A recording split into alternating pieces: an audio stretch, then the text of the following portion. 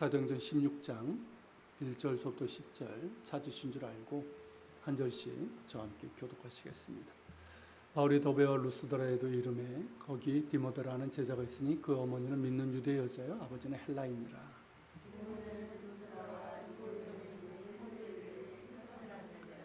바울이 그를 데리고 떠나고자 할새 그 지역에 있는 유대인으로 말미암아 그를 데려다가 할례를 행하니 이는 그 사람들이 그의 아버지는 헬라인인 줄 다 알미러라.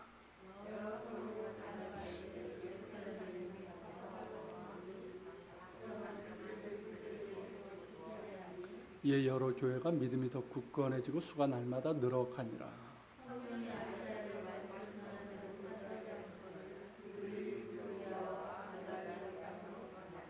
무시 앞에 이르러 비두니아로 가고자 했으되 예수의 영이 허락하지 아니하시는지라.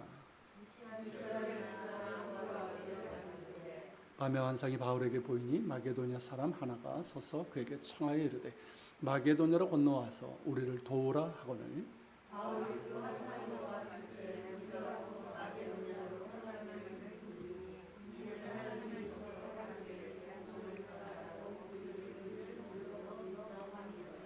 아멘. 빅픽처 오늘 설교 제목에 들어가 있는데 이 빅픽처라는 말이 있습니다. 그러니까 큰 그림이라는 뜻이죠. 빅픽처를 보라. 빅픽처를 그려라. 큰 그림을 그려라. 그런 뜻이죠. 그러니까 이 말은 그러니까 넓은 시야를 가져라. 그러니까 넓게 보고 멀리 봐라. 그런 뜻입니다.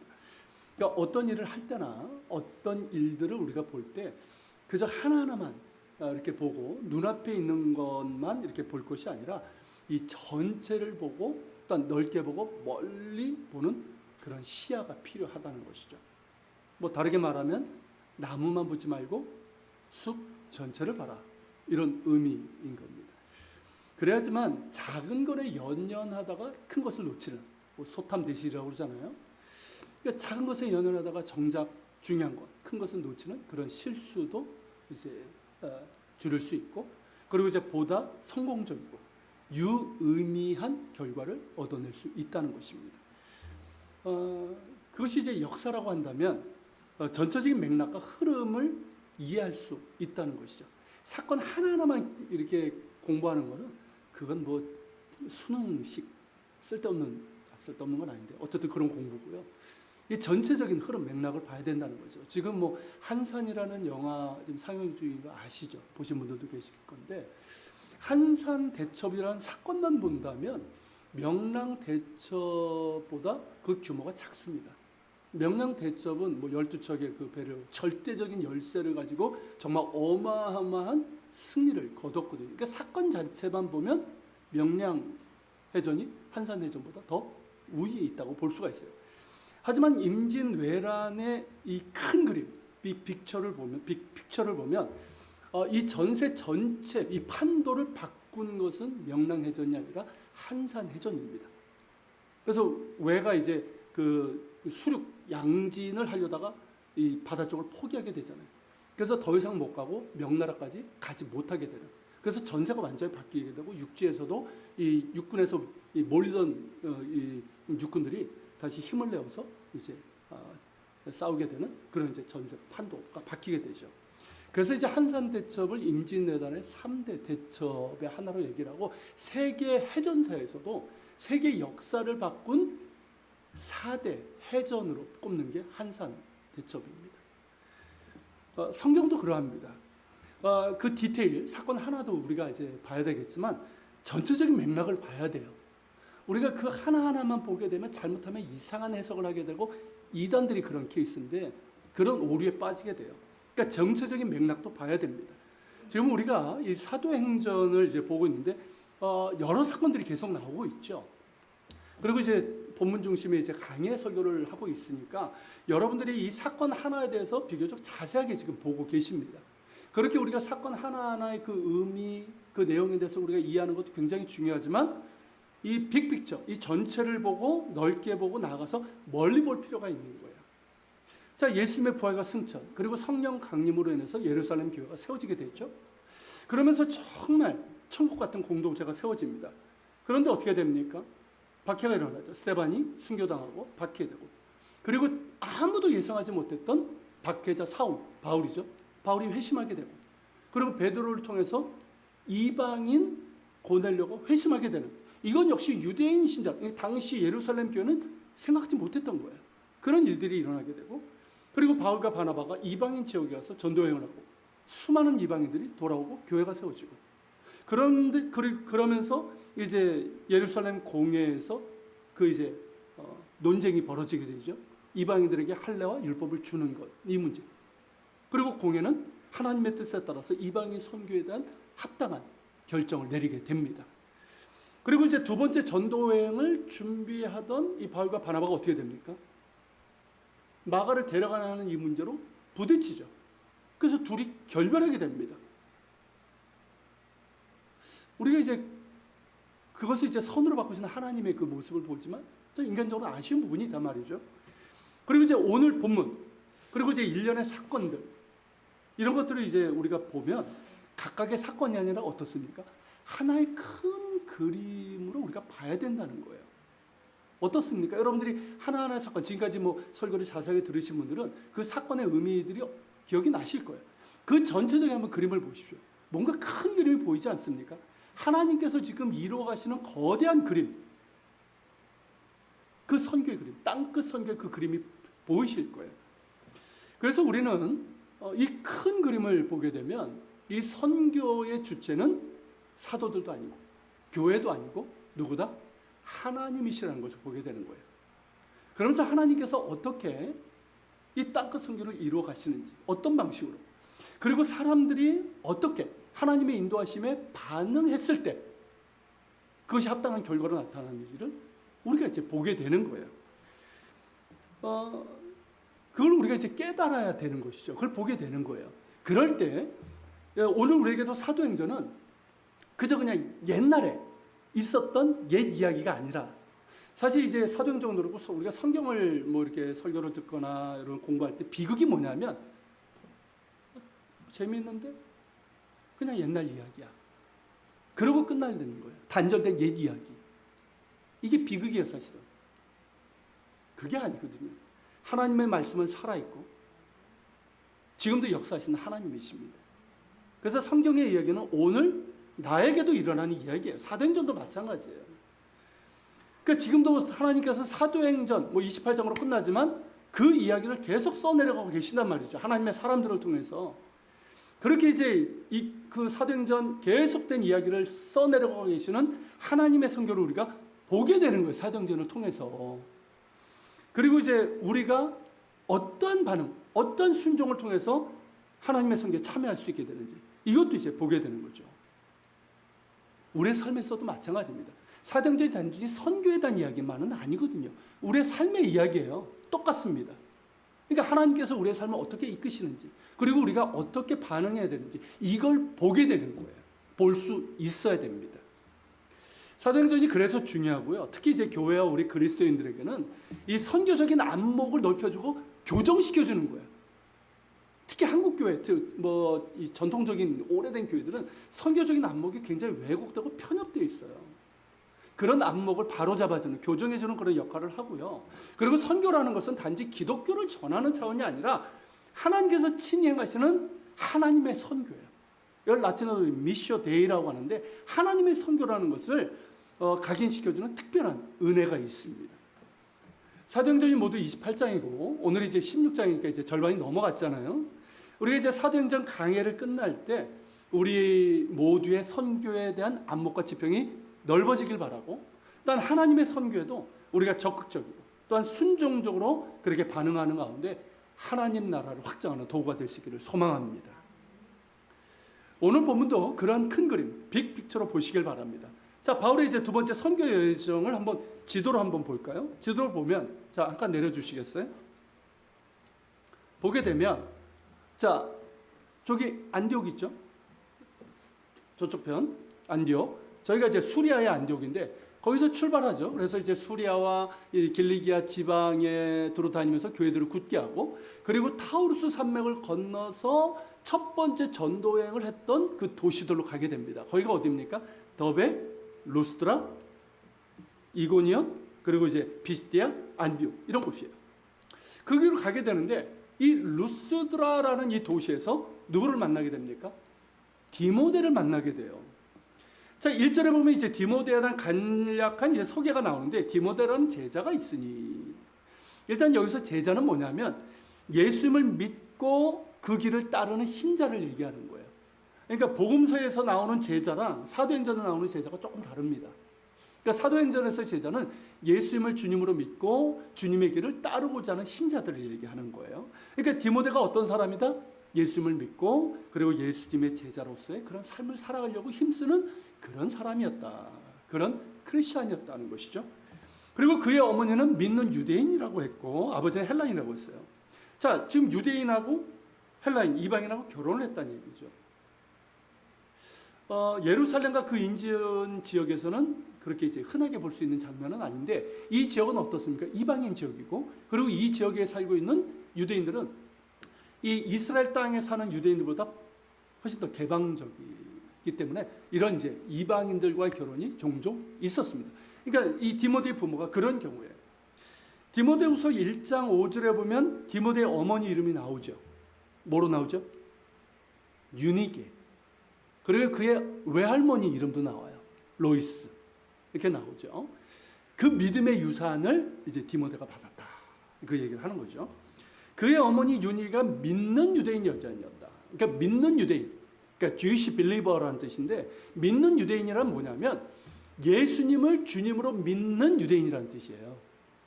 이것도 구분하셔야 됩니다. 믿는 유대인. 예수님을 메시아, 주님으로 믿는 유대인 여자라는 거예요. 자, 그렇다면 이 유니게가 언제 예수님을 믿게 되었을까요? 언제?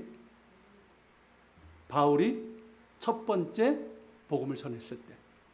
그 루스라에서도 막 복음을 전했잖아요. 한바탕 소란도 일어났었고. 그때 바울이 전한 복음을 듣고 믿은 것으로 보입니다. 그러니까 디모데 역시 그때 혹은 어머니를 통해서 후에 믿게 된 것으로 보이는 거예요. 아버지는 그저 헬라인이라고 한 것을 보면 믿지 않은 이방인이었던 걸 보고, 그리고 이제 일부 학자들은 성경 원문에 보면 헬라인이었다 하면서 과거형을 쓰고 있어요. 그래서 이 디모데 아버지는 이제 뭐 세상을 떠난 것으로 그렇게 보기도 합니다. 그리고 2절에 보면 디모데는 그가 살고 있었던 루스라뿐만 아니라 약 20km 떨어져 있는 이고니온에 살고 있는 이 형제들, 그러니까 누굽니까? 예수 믿게 된 사람들이죠. 그런 이제 신자들에게 칭찬을 받는 자였다는 거예요. 그러니까 그 믿음과 그리고 그 삶에 있어서 그 지역에 있는 이 그리스도인들에게 칭찬을 받았다는 거죠. 이때 디모데의 나이가 몇 살이었을까요? 학자에 따라서 이제 조금 다르긴 한데 디모데의 이때 나이가 20살 전후였습니다. 20살 전후의 청년이었어요. 그런데 주님을 따르는 믿음과 삶이 많은 신자들에게 칭찬을 받았다는 거죠. 그래서 디모데가 젊은 나이였음에도 불구하고 그 지역 교회 리더 중에 한 사람이었을 거다. 그렇게 이제 추측을 하는 거예요. 자, 이런 청년이라면 어떨까요? 바울이 디모데를 데리고 떠나고자 했다고 했는데 저라도 그랬을 거예요. 아, 이렇게 신실하고 평판이 좋은 청년이라면 탐이 나지 않겠습니까? 여러분이 안 하겠어요? 어디 뭐 중요한 뭐 선교 여행을 가려고 할 때 이런 청년이 있다면 어떻게 하겠습니까? 데리고 가죠. 얼마나 탐나요. 그러니까 좋은 동역자가 될 것이기 때문에 그렇게 하려고 했던 겁니다. 그런데 바울이 디모데를 데려다가 할례를 행했어요. 그 이유는 그 지역에 있는 유대인으로 말미암아 그런 것이고, 그들이 디모데의 아버지가 헬라인이라는 것을 알기 때문이라고 했습니다. 이게 무슨 뜻일까요? 일단 바울이 그 지역에 있는 유대인으로 말미암아 디모데를 데려다가 할례를 행했다. 이걸 보고 의아해하는 사람들이 있습니다. 심지어 비난하는 사람들도 있어요. 왜냐하면 안디옥도 그랬고 예루살렘 공회에서도 그가 주장했던 게 뭡니까? 할례와 율법은 구원을 받는 그런 의에 이르는 조건이 아니다. 그죠? 오직 예수 그리스도의 은혜라고 얘기를 했죠. 그리고 이방인들에게 할례와 율법을 강요해서는 안 된다. 강하게 주장했던 사람이잖아요. 이게 일관된 그의 주장이었단 말이죠. 그런데 얼마 되지 않은 시점에서 그 지역에 있는 유대인으로 말미암아 디모데를 데려다가 할례를 행했다. 뭔가 좀 이율배반적이고 그 역시 유대인들의 비난이 두려워서 그렇게 한 것은 아닌가, 이런 생각이 들 수 있단 말이죠. 반면 이방인 디도서의 주인공이에요. 이 이방인 디도의 경우는 어땠습니까? 할례를 행하지 않았어요. 갈라디아서 2장 3절에서 5절에 보면 바울이 바나바와 함께 이 디도를 데리고 예루살렘에 간 일이 있었습니다. 그때 이 할례파 유대인들, 강경파죠, 이 유대인들이 이방인 디도에게 할례를 행하라고 강요를 했어요. 이때 바울은 그에 적극적으로 반대를 했습니다. 절대 강요하지 않았어요. 반대했어요. 그러니까 할례가 구원과 무관할 뿐만 아니라 이방인이잖아요. 이방인에게 할례를 강요하는 것은 안 된다는 그의 신념, 확고부동하게 지켰습니다. 자, 이것을 보고 아니 디도는 이렇게 했는데 왜 디모데에게는 할례를 행했냐, 이러면서 일관성이 없다, 왜 이중적인 잣대를 갖고 있느냐고 비난하기도 합니다. 개별 사건만 보면 그런 오해를 가질 수 있어요. 그래서 빅픽처, 전체적인 그림을 봐야 된다는 거예요. 자, 일단 바울의 면모를 보면 바울이 유대인들이 두려워서 그랬을까요? 유대인들이 비난이 두려워서? 그런 사람은 아니에요. 그렇다면 왜 디모데에게 할례를 줬을까요? 자, 디모데는 유대인 어머니와 헬라인 아버지 사이에서 태어났습니다. 혼혈이에요. 그러니까 유대교에서는 어머니가 유대인인 경우 아버지가 이방인이어도 유대인으로 인정을 해줍니다. 그러니까 모계 혈통인 거예요, 이를테면. 그 이유는 뭐냐면 아이를 유대인으로 키울 수 있는 것은 누구? 어머니이기 때문이라는 거죠. 그러니까 당시 이제 그런 이민족의 지배를 받고 다 흩어져 사는 그런 특별한 조건에서 이 이방인들과 결혼한 일들이 종종 일어났단 말이죠. 그런 상황에서 이 아이를 유대인으로 키울 수 있는 최적화된 사람은 누굴까요? 아버지일까요? 어머니일까요? 어머니라는 거죠. 젖먹이 때서부터, 말을 배울 때부터 성경을 가르치고 유대 역사를 가르치고 그러면서 그렇게 유대인으로 키울 수 있다는 거죠. 그렇기 때문에 어머니가 유대인인 경우에는 유대인으로 인정해 준 거예요. 그러니까 디모데는 누굽니까? 혼혈이지만 유대인인 거예요. 그런데 문제는 뭐냐면 아버지가 헬라인이어서 할례를 받지 않은 거예요. 이게 문제가 되는 거예요. 자, 지금까지는 별 문제가 없었어요. 이걸 뭐 시비 거는 사람도 아직 없었어요. 그런데 이제 선교 여행을 갈 때는 문제가 되는 거예요. 자, 바울은 어떤 도시를 갈 때마다 어디부터 갔습니까? 도시에 갈 때마다 어디부터 갔어요? 뭐 지금까지 봤잖아요. 지금까지 들으셨잖아요. 회당부터 갔잖아요. 유대교 회당부터 갔죠. 거기에 이제 유대인들과 유대교 신앙을 받아들인 이방인들에게 우선적으로 복음을 전했습니다. 자, 이번에도 그럴 거예요. 그런데 디모데를 회당에 들어가게 되면 어떻게 될까요? 그 지역에 있는 유대인들은 디모데의 아버지가 헬라인이라는 걸 알아요. 그리고 이제 이 할례는 아버지가 주도하여 했기 때문에 그가 할례를 받지 않았다는 것도 알아요. 자, 할례 받지 않은 유대인은 유대인으로 받아들여지질 않습니다. 할례 받지 않은 디모데를 유대인들이 받아들이지 않을 것이고, 그렇게 되면 회당에 들어가는 것도 쉽지 않을 것이고 유대인들에게 전도를 하는 것도 큰 장애가, 문제가 생길 수 있는 것이죠. 바로 이 때문이에요. 그러니까 유대인 전도의 장애물, 이 걸림돌이 되지 않도록 하기 위해서 디모데를 데려다가 할례를 행한 겁니다. 예나 지금이나 할례는요, 이 공식적인 축하 의식이에요. 그래서 그냥 뭐 지금처럼 병원에 가서 후딱하는 게 아니고 지금도 그래요. 친척들, 가까운 사람들 다 모여가지고 공개적으로 합니다. 그러니까 유대인들이 모였을 것이고, 그래서 디모데는 뭐예요? 이제 공식적으로 할례 받은 유대인으로 인정이 되는 거예요. 그러니까 유대인 전도에 있어서 걸림돌이 사라진 것이죠. 디도의 경우는 유대인 이 디모데와 달리 완전한 이방인이었어요. 그렇게 할례를 받을 이유가 없는 거예요. 그런 가운데 할례를 받지 않게 한 것이죠. 따라서 할례와 관련해서 뭐 바울에게 일관성이 없다, 왜 이중적인 잣대를 갖고 있냐라고 비난할 수 없다라는 거죠. 오히려 높은 수준의 일관성을 가지고 있었어요. 바울에게서 중요한 것은 뭘까요? 바울에게서 가장 중요했던 건 뭘까요? 복음이에요, 복음. 그리고 그 복음을 통해서 많은 사람들을 얻는 거예요. 즉 많은 영혼들을 그리스도께 인도하는 거예요. 이게 바울에게 있어서 가장 우선적인 원칙이었고 가장 중요한 원칙이었어요. 그것이 이제 잘 나타난 것이 고린도전서 9장 19절서부터 22절입니다. 자, 읽어볼까요? 내가 모든 사람에게서 자유로우나 스스로 모든 사람에게 종이 된 것은 더 많은 사람을 얻고자 함이라. 유대인들에게 내가 유대인같이 될 것은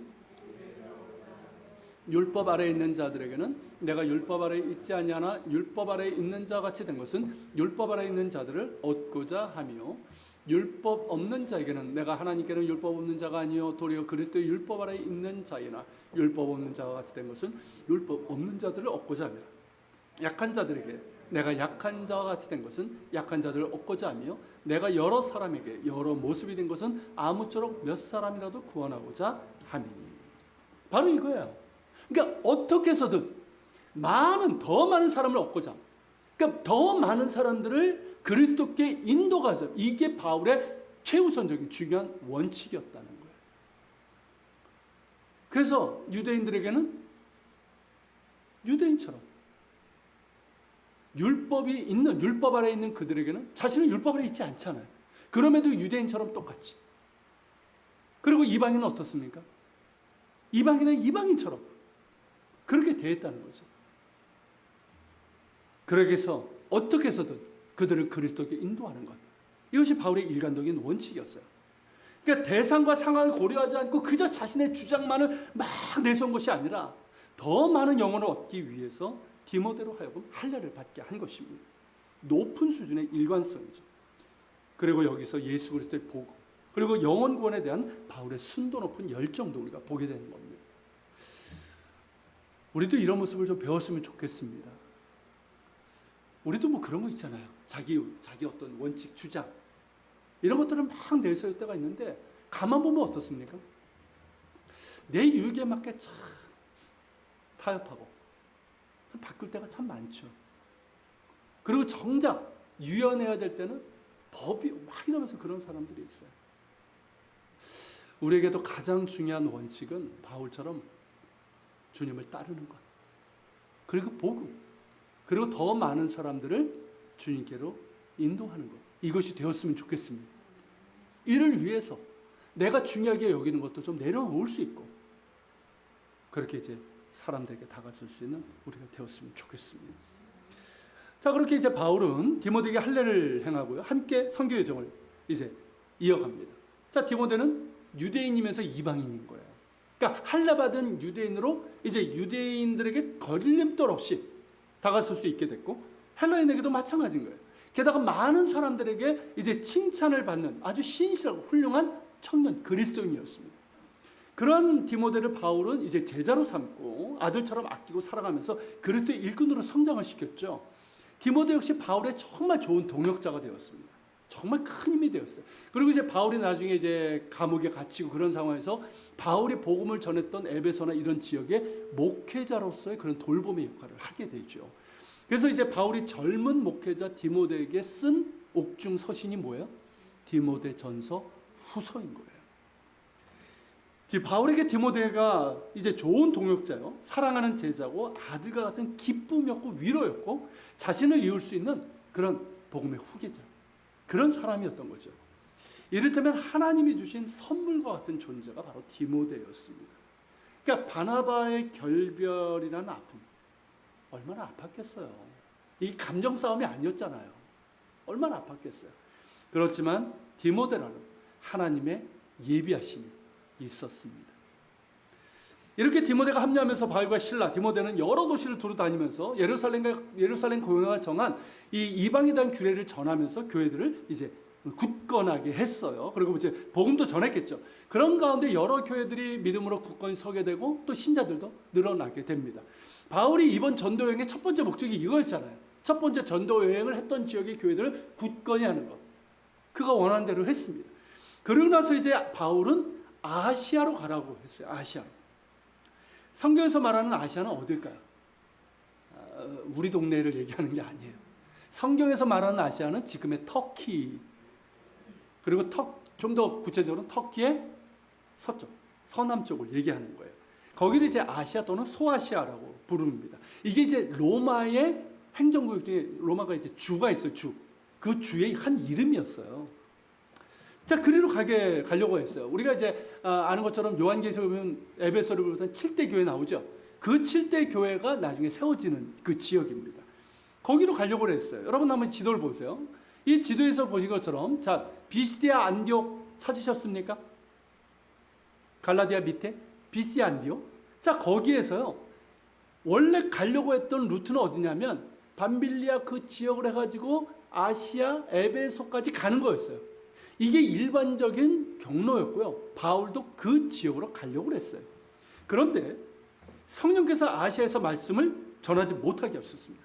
그 정확한 내용이 기록되지 않아서 우리가 알 수 없지만 뭐 어떤 방문했던 교회의 어떤 그 예언의 은사를 받은 사람을 통해서 말씀하셨을 수도 있고 아니면 아시아 이 지역에 어떤 전염병이 돌았거나 혹은 박해가 있어서 그랬을 수도 있습니다.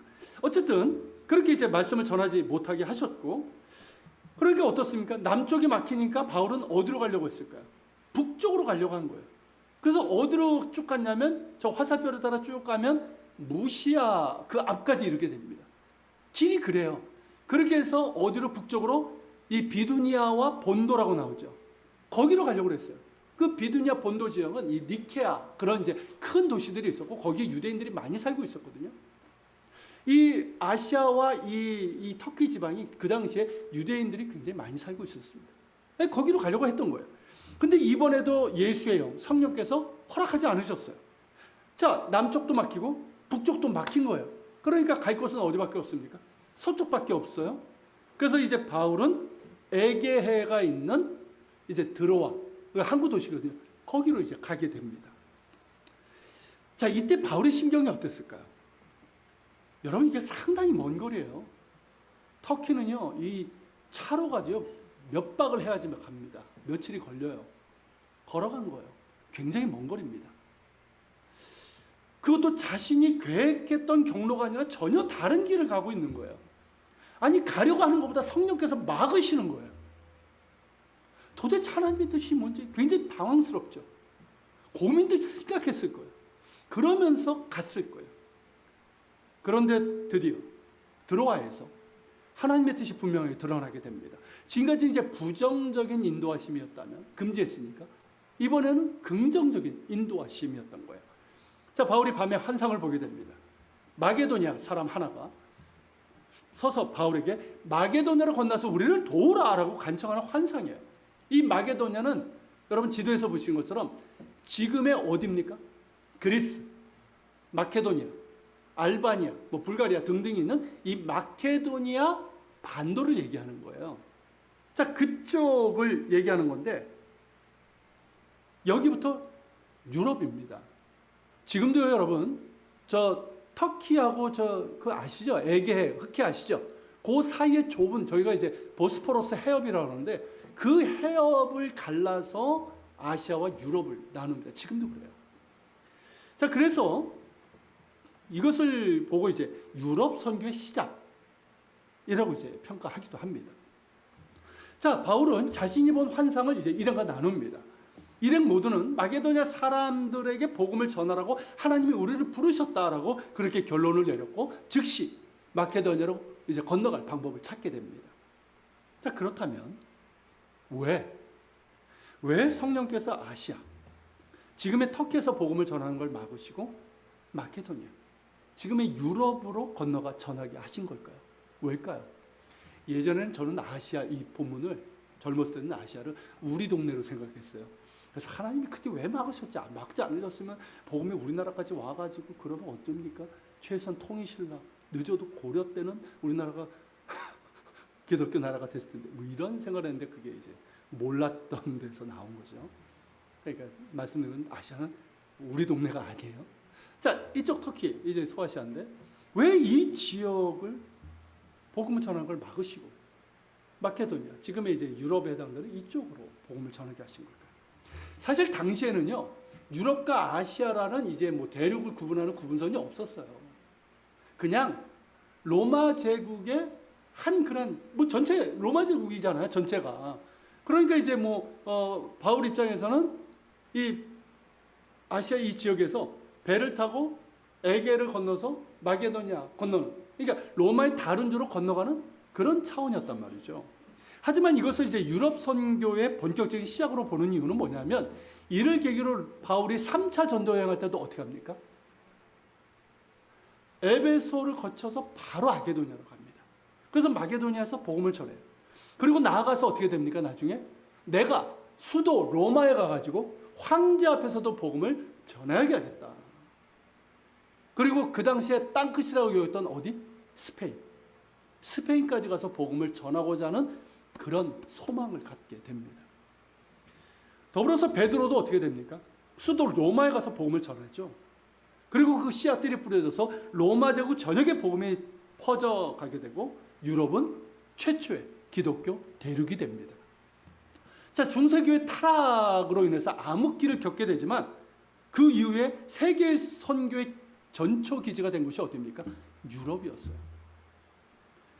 식민지 정복과 함께 이제 뭐 선교사들이 들어가는 그런 이제 뭐 부정적인 면이 없는 건 아니지만 유럽을 통해서 어떻게 됩니까? 이 복음이 아프리카로, 아시아로, 북미로, 남미로, 오세아니아로 전 세계적으로 퍼지게 돼요.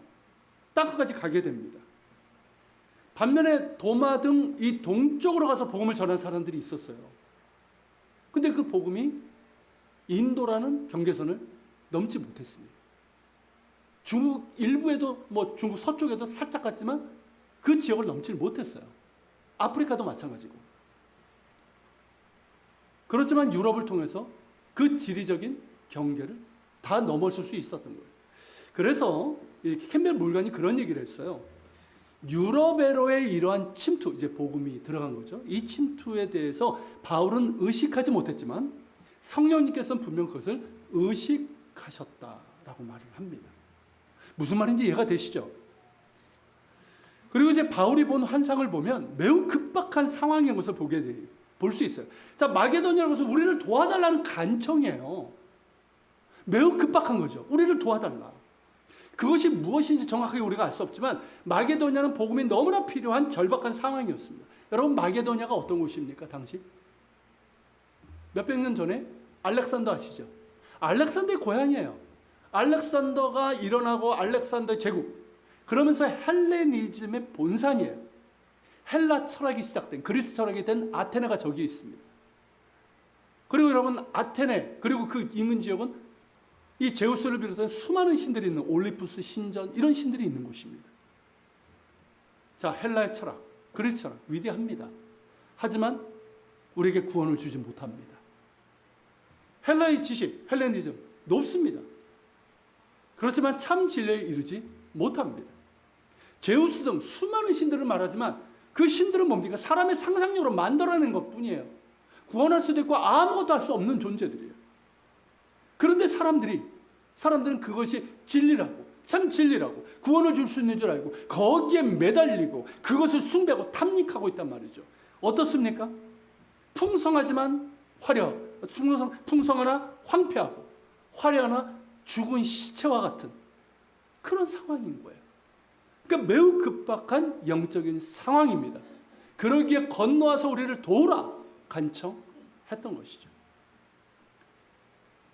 결과적으로 바울은요, 로마 제국의 3개 주의 복음을 전하게 됩니다. 여러분 지도에서 보시는 것처럼 다음 지도를 보여드릴게요.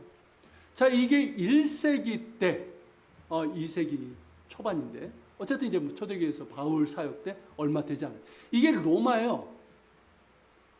저 그리고 이제 뭐 칸칸이 되어 있는 게 뭐냐면 로마의 주입니다. 주. 이 주인데 제가 요거를 이제 요 부분만 당겼는데 글자는 잘 안 보이실 거예요. 자, 지금 터키는 구분이 되시죠? 아시아 보이십니까? 아시아가 로마의 한 주였어요. 그리고 건너편에 마케도냐 보이시죠? 성경에 마게도냐.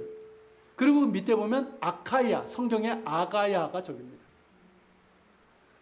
여러분, 마케도냐의 수도가 데살로니가예요. 아카야 맞죠?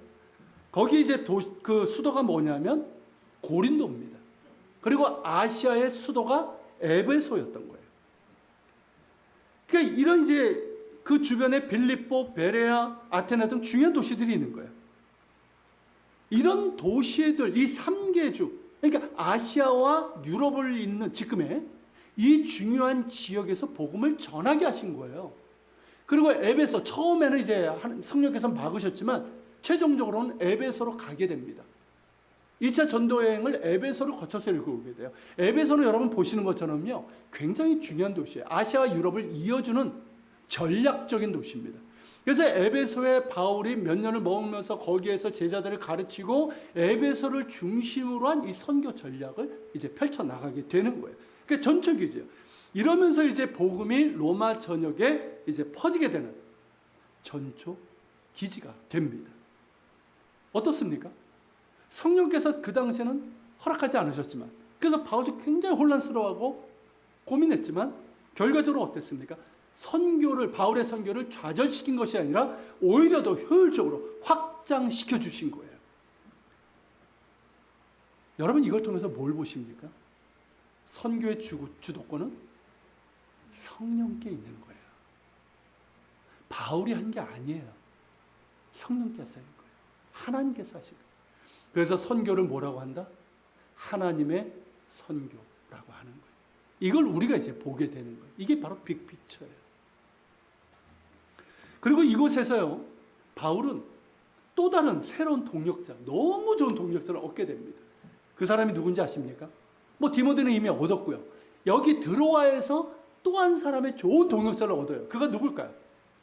여러분 10절에 보면 우리라는 표현이 나와요. 지금까지는 바울과 바라, 그들이라고 했다가 우리라고 나와요. 누굴까요?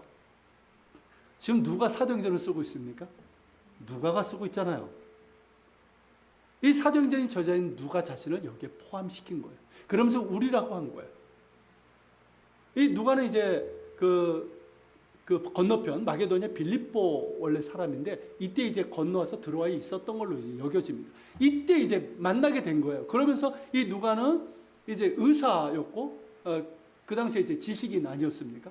그리고 신실한 사람이고 굉장히 좋은 동역자를 얻게 된 거예요. 어떻습니까, 여러분? 하나님의 인도하시면은 이런 예비하심이 있는 거예요. 그것도 좋은 예비하심이 있는 거예요. 하나님의 인도하심을 믿으시길 바랍니다.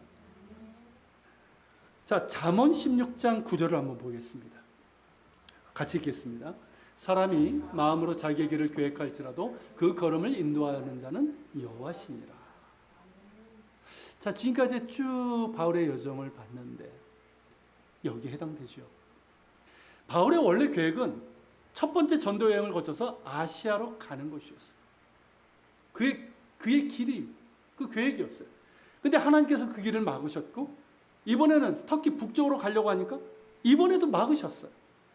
그래서 에게를 건너서 마게도냐로 가게 하셨고, 아시아와 유럽을 잇는 로마 제국 3개주의 복음을 전하게 하셨고, 그로 인해서 로마 제국 나아가 유럽 선교의 기초를 놓으셨습니다. 바울은 소아시아 지방을 겨냥하고 떠났지만 하나님은 유럽 선교라는 보관을 가지고 사도 바울을 이끌어 가신 겁니다.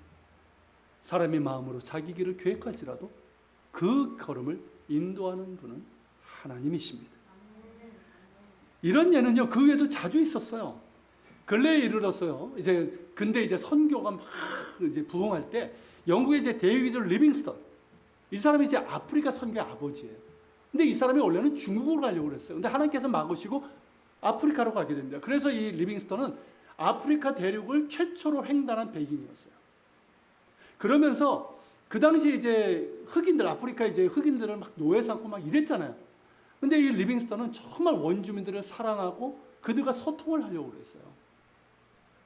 그러면서 이 흑인 노예 폐지 운동에도 큰 공을 남겼던 사람입니다. 그리고 이제 영국의 이제 윌리엄 캐리, 이 사람은 이제 어디로 가려고 했냐면 남태평양에 있는 폴리네시아 아시죠? 어디죠? 거기 TV에도 나오는, 아무튼 지금 호주 위쪽에 있는 그 섬 지역인데 거기로 가려고 했어요. 그런데 하나님께서 막으시고 그를 인도로 이끄셨습니다. 그래서 인도에서 정말 고생 많이 했어요. 근데 이 사람이 인도에서 전했던 그런 선교의 방식이요, 오늘날 현대 선교의 기초가 됐어요. 그래서 현대 선교의 아버지라고 얘기를 합니다. 인도 선교의 아버지고. 그리고 여러분, 미국 최초의 선교사인 아도니람 저드슨이라는 사람이 있어요. 이 사람은 먼저 인도로 갔지만 하나님께서 버마로, 지금의 미얀마죠, 그쪽으로 이끄셨어요. 그래서 미얀마와 동남아시아 선교에 큰 족적을 남기게 됩니다. 여러분, 우리나라도 마찬가지예요. 구한말에 우리나라에 복음을 전한 최초의 개신교 선교사 3명이 있습니다. 알렌, 아펜젤로, 언더우드예요. 이 세 사람 다 공통점이 뭐냐면 원래 우리나라로 오려고 했던 사람들이 아니에요. 알렌은 본래 중국 선교사였어요. 그리고 아펜젤로, 언더우드는 인도로 가려고 했어요. 근데 하나님께서 조선 땅에 건너와서 조선 사람들, 우리나라 사람들을 도우라 하신 거예요. 그래서 그들은 헌신으로 사역했고, 여러분 언더우드를 말할 때, 여러분 세문안교회 가면 언더우드 그 관련한 1층에 기념관입니다. 한번 시간 되지만 가보세요. 뭐 광화문도 뭐 제 계정에 했다고 그러니까. 거기 가면 그 말이 있습니다. 언더우드를 얘기할 때 꼭 얘기하는 게 뭐냐면 한국 사람보다 한국 사람을 더 사랑한 사람. 그렇게 우리나라 사람을 사랑했어요. 여러분, 이들이 남긴 선교의 족적은요 어마어마합니다. 최초의 병원, 대학들, 학교들, 고아원, 수많은 것들을 세웠어요. 이게 뭘까요? 하나님께서 그들의 마음 가운데 조선 땅으로 건너와서, 조선 땅이 어땠습니까? 구한말? 엉망이었잖아요. 건너와서 그들을 도우라, 그 마음에 주신 거예요. 그런 것들 그들은 왔고, 그들이 생각하지 않은 하나님의 인도하심 가운데 큰 결실을 맺을 수 있었던 거예요. 여러분, 이 외에도 이런 예는 굉장히 많습니다. 그들은 자신들이 가고자 하는 길을 계획했지만 그 걸음을 인도하신 분은 하나님이셨습니다. 그들 모두는 건너와 우리를 도우라는 그 간청에 응답한 셈이에요. 지금도 여러분 선교사들 가운데 보면 그런 사람들 참 많아요. 어떤 나라들 한번 방문했다가 혹은 전혀 간 적이 없는데 그런 마음을 주셔서 간 사람들도 있고요. 원래 나는 어디로 가려고 했는데 전혀 다른 곳으로 이끄신 경우도 있습니다. 뭐 목회자들도 마찬가지예요. 사역자들도 그렇고. 자신의 계획과 다른 하나님의 인도하심을 따라가는 이들이 많습니다. 근데 이것이 여러분 선교사들만의 이야기일까요? 뭐 목회자들, 사역자들만의 이야기일까요? 여러분들 아닙니까? 우리 모두가 그렇지 않습니까? 하나님을 믿는 우리 모두에게 해당되는 이야기입니다. 우리는 나름대로 계획을 세우죠. 그렇잖아요. 여러분들의 인생에 있어서 여러 가지 계획을 세우잖아요. 마음으로 자기의 길을 계획합니다. 그러나 그 걸음을 인도하시는 분은 하나님이십니다. 때로는 막기도 하셔요. 내 뜻대로 안 돼. 내가 원하는 길과는 다른 길로 이끄신단 말이죠. 때로는 그런 생각도 듭니다. 왜 그때가 아닙니까? 왜 그때가 아니고 지금입니까? 왜 그곳이 아니라 왜 여기입니까? 이런 의문이 들 때도 있단 말이죠. 하지만 우리가 하나님을 믿는다면 하나님의 인도하심을 신뢰해야 합니다. 내 멋대로 살고자 함이 아니라 내 멋대로 살고자 하면 그건 얘기할 것이 없겠지만 최소한 정말 하나님의 인도하심을 우리가 구한다면 하나님께서 때로 막기도 하시고 내가 원했던 결과가 다르게 이끄신다 해도 하나님의 인도하심을 신뢰하며 하나님께서 막으시고 다르게 이끄시는 것조차도 기뻐해야 합니다.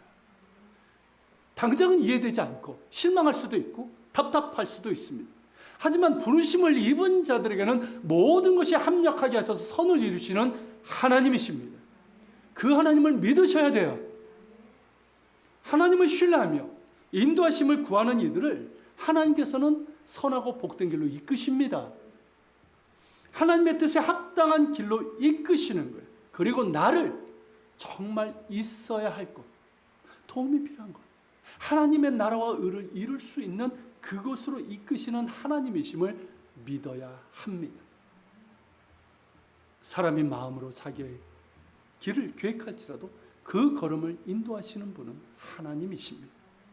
더욱더 겸손히 하나님을 신뢰하고 우리가 잠시 부를 찬양의 가사처럼 주님보다 앞서지 않고 겸손하게 주님의 인도하심과 말씀을 기다리는 믿음이 있어야 되는 거예요. 그럴 때 하나님의 인도하심에 우리가 민감하게 반응하고 순종으로 반응할 수 있게 되는 거죠. 그럴 때 뜻하지 않은 예비하심의 은혜를 우리가 맛보게 되는 거예요. 그러면서 하나님께서 보시는 하나님은 우리를 빅픽처 큰 그림을 그림을 보시고 우리의 삶을 인도하신단 말이죠. 우리가 그것을 보게 되는 거예요. 지금은 못 봐요, 우리는. 그렇지만 최종적으로 우리는 하나님께서 보시는 큰 그림을 보게 되는 거예요. 사랑하는 여러분, 더욱더 하나님을 신뢰하십시오. 어떤 신적인 존재를 믿는 그런 믿음이 아니라 정말 살아계시고 나를 사랑하시는 하나님을 신뢰하십시오. 그리고 하나님과 동행하는 삶을 살아가세요. 내 삶에서 하나님을 신뢰한다는 것이 뭔지, 정말 하나님과 동행한다는 것이 무엇인지를 좀 깊이 생각하시면서 하나님을 신뢰하고 순종하는 여러분 되시길 바랍니다. 동행하십시오. 내 인생의 빅픽처 큰 그림을 보시면서 인도하시는 하나님이십니다. 그 하나님을 더욱더 겸손히 신뢰하고 그 인도하심에 기뻐하고 순종하는 우리 모두가 될 수 있기를 축원합니다. 우리 같이 찬양 드리고요. 오늘 말씀 기억하면서 기도했으면 좋겠습니다. 오늘 이곳에 계신 성령 같이 찬양합시다. 오늘 이곳에 계신 성령님 우리에게 말씀하시고 우리를 가르치소서. 다친 우리 마음 열어주시고 주의 빛으로 밝혀 우리를 인도하소서. 다시 한번 오늘 이곳에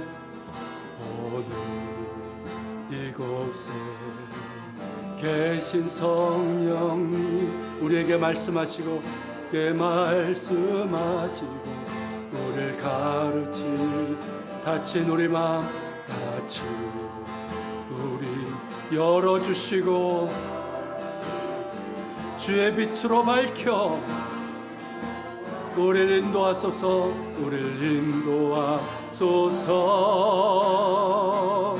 주님보다 앞서지 않고 겸손하게 주님의 말씀 기다리리.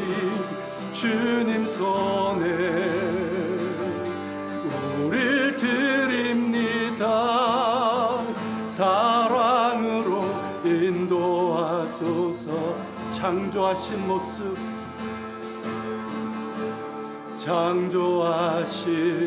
모습 떠난 우리 예수님 닮게 빚으소서.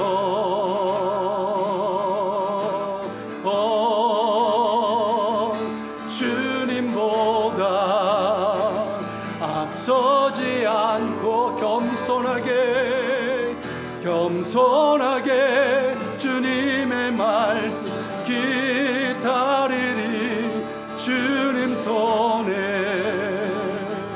우릴 드립니다. 사랑으로 인도하소서. 주님보다 앞서지 않고 겸손하게 주님의 말씀 기다리니. 주님 손 우릴 드립니다.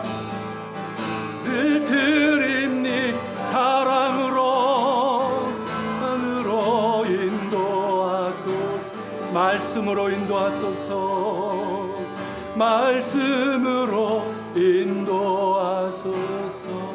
아멘. 우리 말씀을 기억하면서 같이 기도하며 나아갑시다. 살아계신 하나님, 이 시간 아버지 하나님 말씀을 기도합니다. 하나님의 큰 그림, 하나님 때로는 하나님 우리 길을 막을 수가 있습니다. 우리가 하나님 계획하는 우리가 원하는 길들이 있습니다.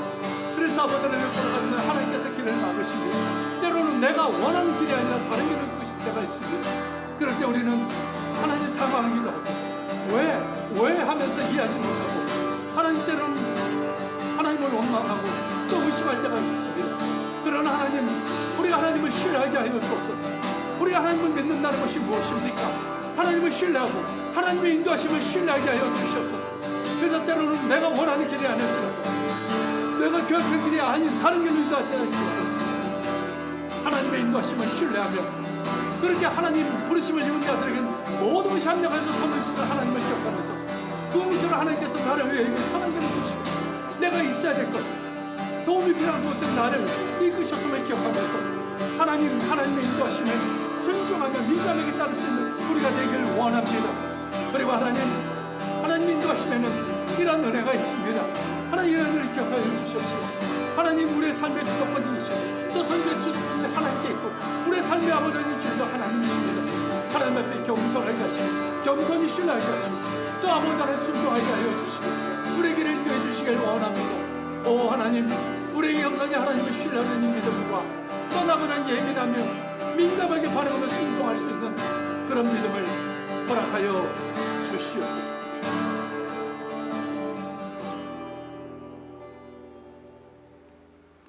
하나님, 오늘 말씀을 통해서 본 것처럼 선교의 주도권은 하나님께 있습니다. 사도들의 선교가 아니라, 바울의 선교가 아니라 하나님의 선교입니다. 우리의 삶도 그러합니다.